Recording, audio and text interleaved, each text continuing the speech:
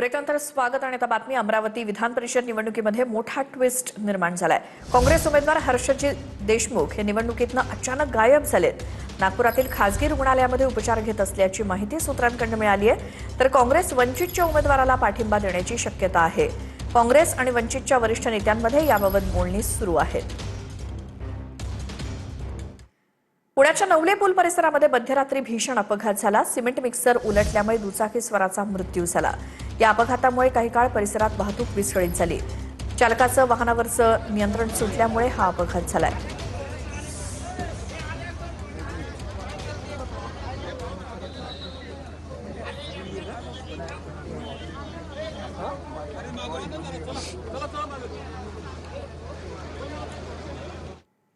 बीडमध्ये मुलीच्या सासरच्यांकडून माहेरच्या मंडळींवरती जीवघेणा हल्ला करण्यात आला। बीडच्या गेवराई तालुक्यातील उमापूरमधली ही घटना।